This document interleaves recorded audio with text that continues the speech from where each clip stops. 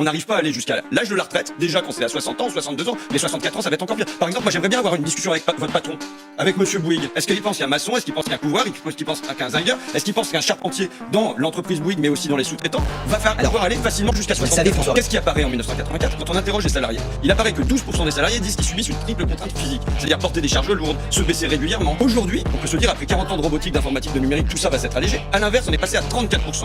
Il en est de même pour les contraintes psychiques. Quand on demande aux gens, est-ce qu'en 1984, ils devaient remplir leurs tâches dans l'heure, avoir plusieurs tâches à faire en même temps, et ainsi de suite, il y avait 6% des salariés qui subissaient une contrainte psychique à l'époque. Aujourd'hui, c'est 35%. C'est devenu, sur les contraintes physiques, plus de 63% chez les ouvriers. Si on comprend pas qu'aujourd'hui, la France qui se réveille, c'est la France qui manifeste, la France qui dit non, 7 Français sur 10 qui disent non à cette réforme, 9 salariés sur 10 qui disent non à cette réforme. Pourquoi? Parce que c'est une France qui se lève tôt, qui va au boulot et qui a mal au dos. Ce que je viens vous dire, c'est ce sont des secteurs entiers où les gens sont à la peine.